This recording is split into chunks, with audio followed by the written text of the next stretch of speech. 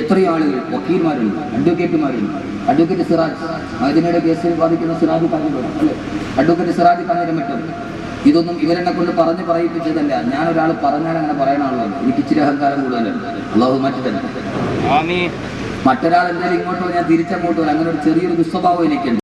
ഇതാരും പറയുന്നതല്ല, വെളിയിൽ നിന്ന് നോക്കുന്ന ഒരു നിഷ്പക്ഷമതയോട്. പക്ഷപാതിത്വമില്ല, അമിതത്വമില്ല, അതിമിതത്വവുമില്ല.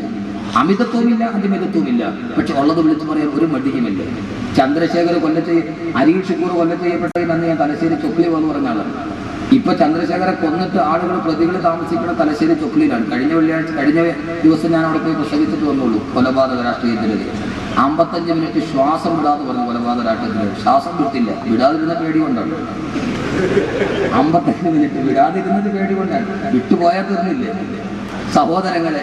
അതുകൊണ്ട് ഞാൻ പറയുന്ന അഡ്വക്കേറ്റ് സിറാജ് കാഞ്ഞിരം മറ്റും വക്കീൽമാരുണ്ട്, ഡോക്ടേഴ്സ് ഉണ്ട്. ഹിന്ദു പത്രത്തിന്റെ എഡിറ്റോറിയൽ ബോർഡിൽ പോലും ഈ ഒരു സ്ഥാപനത്തിന്റെ മൊത്തത്തിയിട്ടുണ്ടെങ്കിൽ അത് ഏറ്റവും അഭിമാനകരമാണ്. അള്ളാഹു നൽകി തരട്ടെ. ആ ഒരു വ്യത്യാസം, സാധാരണ പണ്ഡിതന്മാരെന്നുള്ളൊരു വ്യത്യാസം ഞാൻ ഇരുത്തിക്കൊണ്ട് പറയുന്നില്ല. യഹുസ് ഖുറാബല വജിഹിൽ മുദ്ദാഹിൽ, അമിത പ്രശംസ നടന്നവരുടെ മുകളിൽ മണൽ വാരി എറിയണമെന്നാണ്. അബ്ദുൽ മജീദ് അമാനി എൻ്റെ മഹലിലെ, ഞാനവിടെ 6 വർഷം ഇമാമായിരുന്ന ആളാണ്. അവിടെയാണ് ഞാനൊക്കെ താമസിക്കുന്നത്, കാരാളി പോണം. അവിടെ ഇമാമാണ്. അദ്ദേഹം ആ മഹലിലെത്തിയതിന് ശേഷമുള്ള മഹലിന്റെ മാറ്റം വല്ലാത്തൊരു മാറ്റമാണ്. ഞാൻ ഇന്നലെ അവിടെ പ്രസംഗിക്കുകയാണ്. ഞാൻ അവിടെ വെച്ച് പറഞ്ഞതാണ് ഒരു മാറ്റം. അവിടുത്തെ യുവാക്കളുടെ ഇടയിലേക്ക് ഇറങ്ങിച്ചെന്ന്, സാധാരണക്കാരുടെ ഇടയിലേക്ക് ഇറങ്ങിച്ചെന്ന് അവരെ മുഴുവൻ ഒരുമിച്ച് കൂട്ടി ഒരിക്കലും പള്ളിയിൽ കയറില്ല എന്ന് വിചാരിച്ചവരെ പോലും ചുരുങ്ങിയ മാസം കൊണ്ട്, ഒരു 6 മാസമായിട്ടുണ്ടോ, 6 മാസമായിട്ടുണ്ടോ അല്ലേ? ഞാൻ ആഴ്ചയിൽ ഒരു ദിവസം കിട്ടിയിട്ടുണ്ടാവും. കാരണം എനിക്കറിഞ്ഞൂടെ. 6 മാസമായി അവിടെ വന്നിട്ട്. 6 മാസം കൊണ്ട് ആ മഹലിൽ ഞാൻ 6 വർഷം ഇരുന്നിട്ട് നടക്കാത്തത് കൊണ്ട് നടത്തുന്നു. എത്രയോ ചെറുപ്പക്കാർ. ഇന്നലെ ഞങ്ങളുടെ ഒരു ഓഡിറ്റോറിയത്തിന്റെ 1 കോടി രൂപ നിലവിച്ച് ഒരു ഓഡിറ്റോറിയത്തിന്റെ ഉദ്ഘാടനം റഷീദ് നിശാബ്ദം നിർവഹിച്ചു. അതിന്റെ സമാന പ്രസംഗത്തിൽ ഞാൻ പ്രസംഗിക്കുമ്പോൾ നാട് മുഴുവൻ ഒരു ഉത്സവ ലഹരിയിലാണ്. അദ്ദേഹത്തെ കൊണ്ട് അത് സാധിപ്പിച്ചു എന്നത് മഅ്ദനി ഉസ്താദിന്റെ ശിക്ഷണത്തിന്റെ, ഈ സ്ഥാപനത്തിന്റെ ഏറ്റവും വലിയ ഒരു ബറക്കത്താണ്. അത് അനുഭവിക്കുന്നുണ്ട് നാം. അള്ളാഹു അദ്ദേഹത്തിന് ആരോഗ്യത്തിൽ ദീർഘായുസ്സ് നൽകി അനുഗ്രഹിക്കുമാറാണ്. ആ ഒരു ബന്ധം ഉസ്താദ് അൻവാസിയുടെ, പിന്നെ ചേലക്കൽ ഉസ്താദ്, ഞങ്ങൾ രണ്ടുപേരും ഒരേ ഉസ്താദിന്റെ ശിഷ്യന്മാരാണ്. ശിഷ്യന്മാരാണ്. അള്ളാഹു സുബ്ഹാനഹു വ തആല അദ്ദേഹം വിളിച്ചിട്ട് വരണം എന്ന് പറഞ്ഞപ്പോൾ ഇന്നലെയാണ് ഞാൻ പ്രസംഗിക്കേണ്ടിരുന്നത്. എൻ്റെ മഹലിൽ ഒരു പരിപാടിയുടെ ഇന്നത്തേക്ക് മാറ്റിയെന്ന് മാത്രമാണ്. അതുകൊണ്ട് ആ സ്നേഹം അള്ളാഹു നിലനിർത്തി തരട്ടെ. ഈ സ്ഥാപനത്തിൽ നിന്ന് ഇറങ്ങുന്നത് മുത്താണ്. അത് തിരിച്ചറിയാൻ നമുക്ക് കഴിയണം. പക്ഷെ മഅ്ദനി എന്ന് പറയുന്ന ഒരു തീവ്രവാദ സിംബലിന്റെ മുമ്പിൽ നമ്മൾ ഇതൊക്കെ അറിയാതെ പോവുകയാണ്. അങ്ങനെ ഒന്ന് പ്രൊജക്റ്റ് ചെയ്ത് കാണിക്കുകയാണ്. അന്ന് പ്രൊജക്റ്റ് ചെയ്ത് കാണിക്കാൻ തീവണ്ടിക്ക് അകത്ത് യാത്ര ചെയ്യുന്നവൻ അറിയില്ല തീവണ്ടിയുടെ വലിപ്പം. ഇതിന് വലിയ ചക്രമുണ്ടെന്നും ഇതിന് ഇത്രയും നീളമുണ്ടെന്നും അവൻ അറിയില്ല. അവൻ ആകെ അറിയുന്ന അവരുടെ കമ്പാർട്ട്മെന്റ് മാത്രമാണ്. യഥാർത്ഥത്തിൽ അതാണ് അൻവാർ ശരിയുടെ മുമ്പിൽ നമ്മൾ. അള്ളാഹു സുബ്ഹാനഹു വ തആല സ്ഥാപനത്തിന് അള്ളാഹു സുബ്ഹാനഹു വ തആല അവസാനം വരെ നിലനിർത്തി തരുമാറാണ്. അങ്ങനെ കുറെ ബന്ധങ്ങൾ എനിക്ക് അൻവാർ ശരിയുമായിട്ടുണ്ട്. ഞങ്ങൾ രണ്ടുപേരും ചിലപ്പോൾ ഉസ്താദ്, ഞാനും ഒരേ ഉസ്താദ് ശിഷ്യന്മാരാണ്. ഷെയ്ഖുന കോയ ഉസ്താദ് അവർ അള്ളാഹു ആരോഗ്യത്തിലുള്ള ഒരു കാഴ്ച നൽകി അനുഗ്രഹിക്കുമാറാകട്ടെ. നിങ്ങൾ രണ്ടുപേരും ബാക്കിയാത്തിലെ സഹപാഠികളാണ്. അപ്പോ ഈ ഒരുമിച്ച് കൂടൽ യാഥാർത്ഥ്യമാകണം. അള്ളാഹുവിന്റെ ഖുർആൻ ഇപ്പോൾ മഅ്ദനിയുടെ കാര്യത്തിൽ നമ്മൾ ചെയ്യേണ്ട ഒരു കാര്യമാണ്. ഇൻഷാ അല്ലാഹ് ഞാൻ പറയാം, പക്ഷെ ചെയ്യാവോ? ഉറക്കെ പറയും. ഇൻഷാ അല്ലാഹ് 2 സൈസ് ഉണ്ട്. ഞാൻ പറഞ്ഞല്ല, ഖുർആൻ എനിക്കൊരു ഇഷ്ടപ്പെട്ട വിഷയമാണ് ഖുർആൻ. ഒന്ന് ഇൻഷാ അല്ലാഹ് ഇസ്രായേലി, ബനു ഇസ്രായേൽ പറഞ്ഞ ഇൻഷാ അല്ലാഹ്. മൂസാ നബി ചോദിച്ചു ചുമന്ന പശുവിനെ കൊണ്ടുവരാൻ. അപ്പൊ ബനു ഇസ്രായേൽ പറഞ്ഞു സൂറത്തുൽ ബഖറ, ഇന്നാ ഇൻഷാ അല്ലാഹുവിന്റെ മുഖത്തത് നോക്കട്ടെ, കിട്ടിയ കൊണ്ടുവരാം. നോക്കട്ടെ, നടന്നൊക്കെ നോക്കിയിട്ട് എവിടെയും കിട്ടിയ പിന്നെ ഇൻഷാ അല്ലാഹുവിന്റെ മുഖത്ത് കൊണ്ടുവന്നല്ലോ. നോക്കട്ടെ ഉസ്താദെ, പറ്റിയ അത് ഇൻഷാ അല്ലാഹ് ഇസ്രായേലി. വേറൊരു ഇൻഷാ അല്ലാഹ് ഉണ്ട്, ഇൻഷാ അല്ലാഹ് ഇസ്മായിലി. ഇസ്മായിൽ നബി പറഞ്ഞു ഇൻഷാ അല്ലാഹ്. വാപ്പ മരത്തിൽ കിടത്തിയിട്ട് കത്തി കഴുത്തിൽ വെച്ചിട്ട് മോനെ അറുക്കട്ടെ എന്ന് ചോദിച്ചപ്പോൾ മലന്ന് കിടന്നിട്ട് ഉപ്പാന്റെ മുഖത്ത് നോക്കിയിട്ട് വറുക്കുപ്പ സതജിദുനി ഇൻഷാ അല്ലാഹു മിനസ് സാബിരീൻ. ഉപ്പ ഇൻഷാ അല്ലാഹ് നമ്മൾ 2 പേരും സ്വർഗ്ഗത്തിലാണ്. അതാ ഇൻഷാ അല്ലാഹ് ഇസ്മായിലി. ഇസ്മായിൽ നബി പറഞ്ഞു ഇൻഷാ അല്ലാഹ്. ആ മലന്ന് കിടക്കാൻ കത്തി കഴുത്തിലിരിക്കാൻ ആ സമയത്തും പറയുന്ന ഇൻഷാ അല്ലാഹ്. ഇപ്പൊ ഏതാ പറയണേ? ഇത് പള്ളിയിൽ ആളുകൾ വന്നിട്ട് 40 മാത്രം വരാൻ പറയും. ഇൻഷാ അല്ലാഹ് അതിലെ ഓർമ്മമാരില്ല. അപ്പൊ പിന്നെ ആ വഴിക്ക് വരില്ല. ഇതിന്റെ പൊന്ന സഹോദരങ്ങളെ, ഇപ്പൊ ഏത് ഇൻഷാ അല്ലാഹ് നിങ്ങൾ പറഞ്ഞത്? ഇസ്മായിൽ നബിയുടെ ആണല്ലോ. അപ്പൊ എത്ര ഇസ്മായിൽ ഇവിടെ ഉണ്ടെന്ന് എനിക്ക് ഇൻഷാ അല്ലാഹ് അറിയാൻ പറ്റും. അള്ളാഹു കാത്തുരക്ഷിക്കട്ടെ. മൂസയെ കൊല്ലാൻ തീരുമാനിച്ചു ഫിറഔൻ, മഅദനിയെ കൊല്ലാൻ തീരുമാനിച്ചു അഭിനവകാല ഫിറഔൻ. യഥാർത്ഥത്തിൽ അതായിരുന്നത്.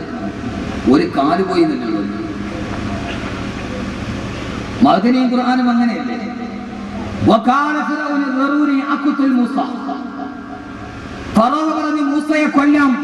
സഹോദരങ്ങളെ തീരുമാനിച്ചു മൂസയെ കൊല്ലാൻ ഫിറഔൻ, മഅദനിയെ കൊല്ലാൻ തീരുമാനിച്ചു അഭിനവകാല ഫറോവ. പക്ഷേ തലനാരിടയ്ക്ക് രക്ഷപ്പെട്ടു പോയത് ഒരൊറ്റ കാര്യമാണ്. അവർക്ക് മഅദനി മാപ്പ് കൊടുത്തു എന്നതാണ് ചരിത്രത്തിന്റെ ഏറ്റവും വലിയ യാഥാർത്ഥ്യം. ഒരു കാര്യം ഉറപ്പ്, മഅദനി ചരിത്രത്തിൽ അറിയപ്പെടാൻ പോകുന്നു. ഉമർ മുഖ്താറിന് ശേഷം, സുൽത്താൻ സലാഹുദ്ദീൻ അയ്യൂബിക്ക് ശേഷം ഇസ്ലാമിക നവോത്ഥാന ചരിത്രത്തിലെ ഏറ്റവും വലിയ പിൽക്കാലത്ത് ഇന്ന് നാം ഉമർ മുഖ്താറിനെ പഠിക്കുന്നത് പോലെ ഇൻഷാ അല്ലാഹ് നമുക്ക് പുറകെ വരുന്ന സമൂഹം അബ്ദുൽ നാസർ മഅദനിയെ പഠിക്കും. തീർച്ചയായും അതിലൊരു സംശയവും നിങ്ങൾക്ക് വേണ്ട. കാരണം ആ മനുഷ്യന്റെ ചങ്കൂറ്റ സമ്മതിക്കുക ഞാൻ അനുഭവിച്ചറിഞ്ഞ ആളാണ്. ആ മനുഷ്യൻ ഒരു കാല് പോയാലും തൂക്കം കുറഞ്ഞാലും ആ റൂമിന്റെ അകത്തിരുന്നിട്ട്, ഹസനാണ് എനിക്ക് വാതിൽ തുറന്നു, ഞാനിവിടെ വിളിക്കാതെ ഒത്തിരി പ്രാവശ്യം വന്നിട്ടുള്ള ആളാണ്. അപ്പോ അവിടെ ചെന്നിട്ട് ഞാൻ അകത്തിരുന്ന് സുഫിയാ മഅദനി അറസ്റ്റ് ചെയ്യുന്നതിന്റെ തലേദിവസം അവിടെ ഇരുന്നപ്പോൾ ആ സമയത്ത് ഇപ്പൊ അറസ്റ്റ് ചെയ്യുന്നതിന്റെ മുമ്പിൽ ഞാൻ പോയപ്പോൾ ഞാൻ ചോദിച്ചു, ഉസ്താദെ ഒരിക്കൽ തിരുവനന്തപുരത്ത് വന്നപ്പോൾ എന്നെ ഒന്ന് കാണണമെന്ന് പറഞ്ഞു. ഞാൻ അവിടെ പോയി കണ്ടു. അപ്പോഴും ഞാൻ ഉസ്താദെ ഭയമുണ്ടോ? ആ സമയത്ത് നമ്മളൊക്കെ ആണെങ്കിൽ പൊന്നു സാറിന് ഇപ്പൊ ഇത്രയും നാളും ജയിലിൽ കിടന്നാൽ നമ്മൾ ഷുഗർ വന്നിട്ട് 35 കിലോയെങ്കിലും ഉണ്ട് മഅദനി. നമ്മൾ വെറും ഫോട്ടോസ്റ്റാറ്റ് കാണും. നമ്മളാണോ എന്ന് പറയാൻ പറ്റില്ല. നമുക്ക് ആർക്കാ ധൈര്യമുള്ളത്? കാക്കിയിട്ട വേഷത്തിൽ പോസ്റ്റ്മാനെ കണ്ടാൽ തൊപ്പിയിടുന്നവരുണ്ട്. പട്ടാളക്കാർ തൂക്കിപ്പിടിച്ച വാളുകളുടെ നടുവ് വയനറ്റുകളെ നെഞ്ചിലേക്ക് മാറിയിട്ട് തൂക്കുകയറിലേക്ക് നടന്നു പോകുമ്പോ ആ സമയത്ത് തൂക്കുകയറി തന്റെ ശരീരത്തിലേക്ക് കരുത്തിലോട്ട് മുറുകുമ്പോ കരുമരത്തിൽ കിടന്ന് തൂങ്ങിയാടുമ്പോ ഹദീസിന്റെ പോക്കറ്റിൽ വെച്ചിരിക്കുന്ന ഖുർആൻ എടുത്ത് കയ്യിൽ വെച്ചിട്ട് الملك القدوس السلام المؤمن المهيمن العزيز الجبار المتكبر سبحان الله عما يشركون. തൂക്കുമരത്തിലെ കിടന്ന് പിടഞ്ഞു വിരിച്ച ഉമർ മുഖ്താറിനെ പോലെ ഇൻഷാ അല്ലാഹ് അഹമ്മദ് കബീറിന്റെ പുറകെ വരുന്ന ഒരു സമൂഹം ഒരു കാലഘട്ടത്തിൽ ഉമർ മുഖ്താറിനെ പറഞ്ഞതുപോലെ, സുൽത്താൻ സലാഹുദ്ദീൻ അയ്യൂബിയെ പറഞ്ഞതുപോലെ ചരിത്രത്തിൽ പറയപ്പെടുന്ന ഒരു നാമമായി മൈലാകപ്പള്ളിയിലെ ഈ ചെറിയ പ്രദേശത്ത് അബ്ദുസ്സമദ് മാസ്റ്ററിന്റെ പൊന്നുമോൻ അബ്ദുൽ നാസർ എന്ന് പറയുന്ന ഒരു മനുഷ്യന്റെ ചരിത്രം പഠിക്കുന്ന കാലം വിദൂരമല്ല. പക്ഷെ ആ കാലത്തിന്റെ നടുവ് നമുക്ക് ചെയ്യേണ്ട ഒരു ജോലിയുണ്ട്. ഫറോവ തീരുമാനിച്ചു മൂസയെ കൊല്ലാൻ, അഭിനവകാല ഫറോവമാര് തീരുമാനിച്ചു അബ്ദുൽ നാസർ മഅദനിയെ കൊല്ലാൻ. ആയിരക്കണക്കിന് ആളുകൾ ലോക സമൂഹം മുഴുവനും ഒരുമിച്ചുകൂടി കൊട്ടാര മധ്യത്തിൽ എല്ലാവരും നിൽക്കുമ്പോ ബഹുമാനപ്പെട്ട മൂസാ നബിയെ മധ്യത്തിൽ വെച്ചിട്ട് ഊരി പിടിച്ച വാളുമായി പട്ടാളക്കാർ കാത്തു നിൽക്കുമ്പോ സിംഹാസനത്തിൽ ചാരിയിരുന്നിട്ട് ഫറോവ പറഞ്ഞില്ലേ കൊല്ലുക കൊല്ലുക കൊല്ലുക എന്ന് ഫറോവ പറഞ്ഞപ്പോ ഇതേ അവസരമാണ് മഅദനിക്ക് അഗ്രഹാരതയിലെ ഇരുമ്പടി കൊല്ലുക ആയിരക്കണക്കിന് തോക്കുധാരികൾ നാക്കി നിൽക്കുമ്പോ ഏതോ തിരശ്ശീലയിലെ ഫറോവ കൊല്ലാൻ തിരക്കുന്നവരിക്കുമ്പോ സഹോദരങ്ങളെ നമുക്ക് ചരിത്രത്തിന്റെ ദൗത്യം ഏറ്റെടുക്കണ്ടേ? ഇവിടെ ഒരുമിച്ച് കൂടിയതിന്റെ ചരിത്രത്തിൽ നമ്മളും അറിയപ്പെടണ്ടേ? അതുകൊണ്ട് അബ്ദുൽ നാസർ മഅദനി ഹൃദയത്തിൽ സ്നേഹിക്കുന്ന എന്റെ പ്രിയപ്പെട്ട ചെറുപ്പക്കാരോട് ആവേശമല്ല ചെറുപ്പക്കാരെ വേണ്ടത്. ഏത് ആവേശമാണെന്നറിയുമോ? വകതിരിവുള്ള ആവേശം വേണം, വാക്കുകളുടെ ജൽപ്പനങ്ങൾക്കല്ല. ആ സമയത്ത് ഫറോവയുടെ കൊട്ടാരത്തിന്റെ നടുവില് ചരിത്രം പറയട്ടെ, ഫിറഔൻ പറയുകയാണ്, സഹോദരങ്ങളെ മൂസയെ കൊല്ലാൻ പറയുമ്പോ ആയിരക്കണക്കിന് ആളുകള് പടയാളികൾ കുന്തുമുന്നിട്ട് നിൽക്കുമ്പോ ആ സമയത്തറാ ഫറോവയുടെ സിംഹാസനത്തിന്റെ ചുവട്ട് ഒരു ആളനക്കമുണ്ടായി. ആ സമയത്ത് ചാടി എഴുന്നേറ്റിട്ട് ഒരാൾ പറഞ്ഞു, ഇല്ല ഇല്ല, മൂസയെ കൊല്ലാൻ ഞാൻ സമ്മതിക്കില്ല. അല്ലാഹുവിന്റെ ഖുർആൻ പറയട്ടെ, വഖാല റജുലുൻ മുഅ്മിനുൻ മിൻ ആലി ഫിർഔന യക്തുമു ഈമാനഹു അതഖ്തുലൂന റജുലൻ അൻ യഖൂല റബ്ബി അല്ലാഹ് വഖദ് ജാഅതും ബിൽ ബയ്യിനാതി മിൻ റബ്ബികും. ആ സമയത്ത് ഖുർആൻ പറയുകയാണ്, ഫറോവയുടെ സിംഹാസനത്തിന്റെ തൊട്ടടുത്ത് ചാടി എഴുന്നേറ്റ് ആരെന്നറിയോ? ഒരാണത്തമുള്ള ആൺകുട്ടി ചാടി എഴുന്നേറ്റു. ആൾത്തലപ്പുകളെ കണ്ടിട്ട് ഭയന്നില്ല, കുന്തം കണ്ടിട്ട് ഭയന്നില്ല. ചാടി എഴുന്നേറ്റിട്ട് ചോദിച്ചു, എന്താ നിങ്ങൾ ചെയ്യുന്നത്? അയാൾ ഫറോവയുടെ കുടുംബത്തിൽപ്പെട്ട ആളാണ്. അയാൾ വിളിച്ചു ചോദിച്ചു, എന്താ നിങ്ങൾ ചെയ്യുന്നത്?